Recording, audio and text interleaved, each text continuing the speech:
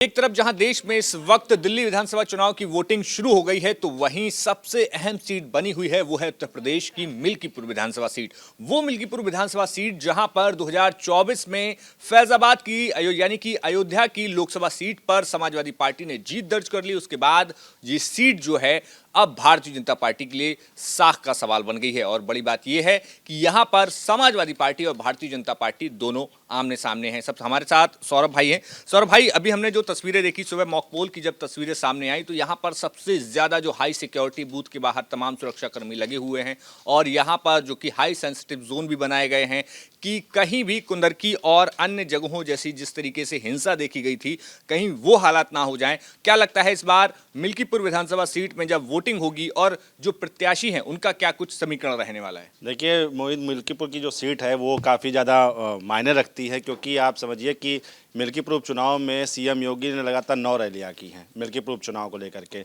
उसके बाद आप देखिए यहाँ पे कैसी कैसी चीज़ें घटित हुई कि जो यहाँ से पहले विधायक थे अवधेश प्रसाद, जो अब सांसद हैं अयोध्या के, उन्होंने अपने प्रेस कॉन्फ्रेंस में यहाँ पर एक घटना हुई जो अयोध्या में बताई जा रही है। एक गांव में एक दलित युवती के साथ कुछ अमानवीय व्यवहार के बाद उसकी हत्या कर दी गई, जिसको लेकर वो रोने लगे, प्रेस कॉन्फ्रेंस में अपने रोने लगे।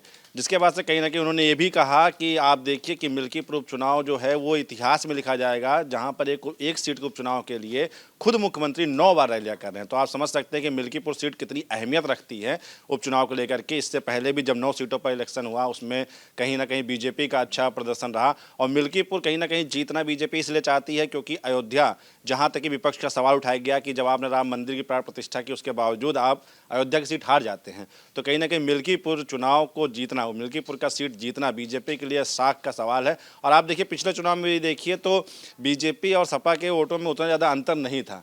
तो कहीं ना कहीं वो मौका लग सकता है कि बीजेपी से सेंध कर सकती है, क्योंकि लगातार मुख्यमंत्री का 8 बार वहाँ जाना, 9 बार जाना खुद बहुत बड़ा संदेश देता है ये चीज़ कि वो सीट भाजपा के लिए और खासकर उत्तर प्रदेश के मुख्यमंत्री सीएम योगी आदित्यनाथ के लिए कितना मायने रखता है।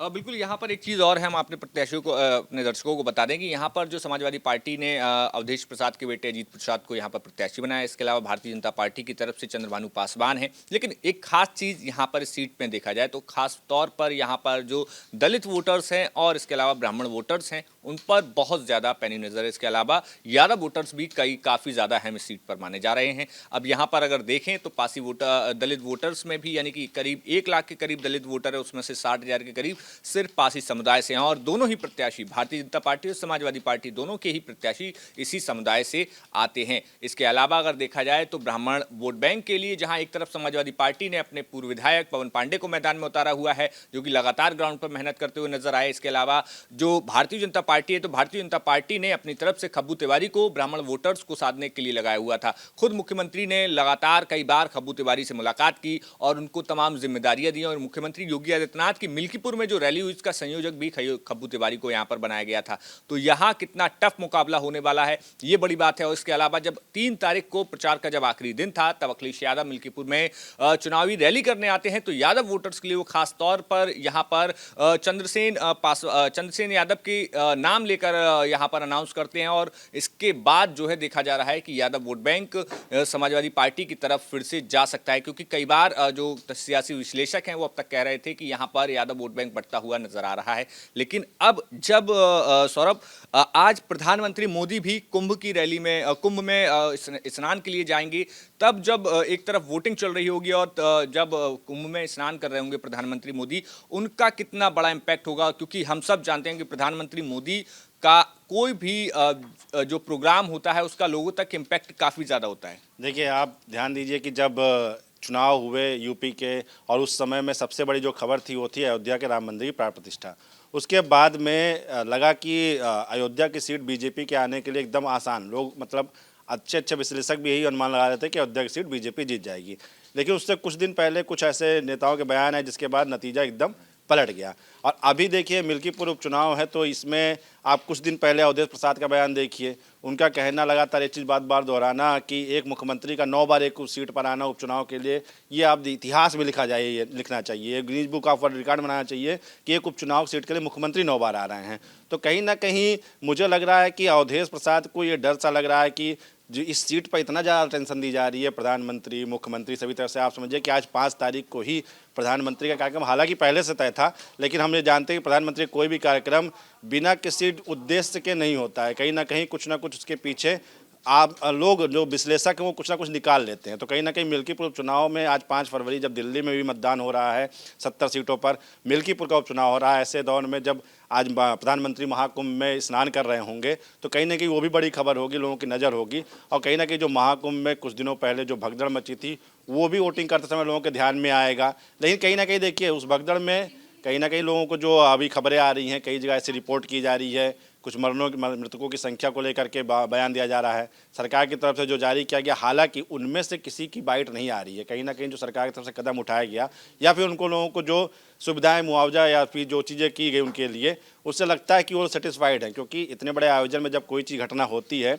तो जनता भी ये समझती है कि जहाँ पर 6-7 करोड़ लोग एक साथ आते हैं वहाँ पे कहीं ऐसी घटनाएं हो जाती हैं। हालांकि आक्रोश है, लोगों के अंदर नाराजगी है, कई लोग इसको, विपक्ष इसको अच्छा मुद्दा बना रहा है। और लगातार आप देखिए कि संसद में भी जब बजट सत्र चल रहा है तो लगातार विपक्ष इसी बात पर हंगामा कर रहा है, महाकुंभ में भगदड़ को लेकर के। तो कहीं ना कहीं मिल्कीपुर चुनाव के समय भी आज एक बड़ी घटना सामने दिख रही है। महाकुंभ की जो आयोजन हो रहा है तो बीजेपी को लगता है कि इससे उसको फायदा मिल सकता है। अवधेश प्रसाद को ये लगता है क्योंकि वहाँ से वो विधायक रह चुके हैं, अब वर्तमान में सांसद हैं, तो कहीं ना कहीं मिल्कीपुर की जनता ये सोच सकती है कि विधायक भी हमारा हो, सांसद भी हमारा हो, तो इस उद्देश्य से वोट दे सकती है। वो प्रत्याशी दोनों पास ही हैं और पासी बाहुल्य इलाका है, तो ऐसे में वोट तो बटेगा। उसके बाद देखिए पहले जो नाम चल रहा था यहाँ पे बीजेपी की तरफ से वो गुरु गोरखनाथ का नाम था, जिनको माना जा रहा था कि उनको टिकट मिलेगा।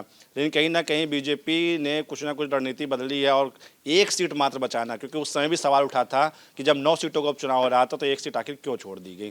तो मिल्कीपुर वाले पे सवाल इसलिए उठा था कि मिल्कीपुर में जो गुरु गोरखनाथ का और उस समय जो था उन्होंने इस्तीफा नहीं दिया था जो पहले थे वहाँ पे, इस वजह से इस पर सीट पर उपचुनाव नहीं हो पाया था, इसलिए इस बार एक सीट पर उपचुनाव हो रहा है।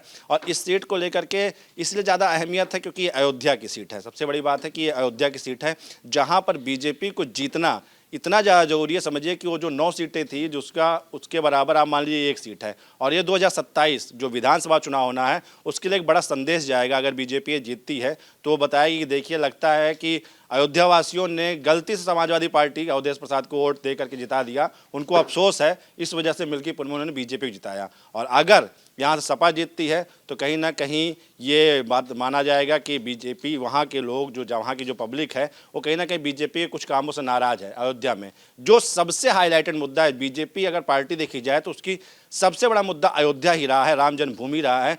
उसके बावजूद जहाँ पे प्राण प्रतिष्ठा के बाद बीजेपी हार जाती है, ऐसे में मिल्कीपुर उपचुनाव जीतना बीजेपी के लिए काफ़ी अहम होने वाला है। बिल्कुल, यहाँ पर हम अपने दर्शकों को बता दें कि जो पिछली बार जो विधानसभा का चुनाव हुआ था उसमें जिसमें अवधेश प्रसाद जीते थे वहाँ पर, तो वो आंकड़ा भी गोरखनाथ जो है वो दूसरे नंबर पर आए थे और ये जो वोटों का अंतर था वो सिर्फ 13,000 का अंतर था। तो क्या इस बार भारतीय जनता पार्टी वो 13,000 का अंतर जो पूरा कर पाएगी और जीत की तरफ आगे बढ़ पाएगी? अब हम बताएंगे आज पूरे दिन जब वोटिंग होगी, आपको पल पल की अपडेट देंगे कहाँ कुछ क्या हो रहा है, क्योंकि तमाम आरोप जो है समाजवादी पार्टी लगा रही है। रेड कार्ड जो दिए गए उसको लेकर भी समाजवादी पार्टी की तरफ से ट्वीट किया गया। तो ऐसे में क्या कुछ ग्राउंड पर होगा वो न्यूज नेशन आपको बताएगा, और खासतौर पर शाम के समय जब एग्जिट पोल सामने होंगे तो मिल्कीपुर में कौन यहां पर मजबूती से जीत की तरफ आगे बढ़ रहा है वो भी न्यूज नेशन आपको तब बताएगा। तब तक देखते रहिए न्यूज नेशन। शुक्रिया। न्यूज नेशन अब व्हाट्सएप पर खबरों की ताजा अपडेट के लिए न्यूज नेशन के इस QR कोड को स्कैन करें।